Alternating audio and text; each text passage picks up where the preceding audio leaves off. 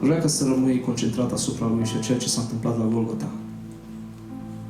Să știi că prin sângele Lui ești mântuit și prin jertfa Lui. Și aș vrea ca în următoarele momente să meditezi la ceea ce s-a întâmplat la Calvar. Am citit un lucru foarte interesant. Soarele s-a oprit. Luna și-a pierdut strălucirea. Cerul a plâns. Tatăl și-a întors capul. A putut să privească acea jertfă nevinovată care s-a dat pentru mine și pentru tine.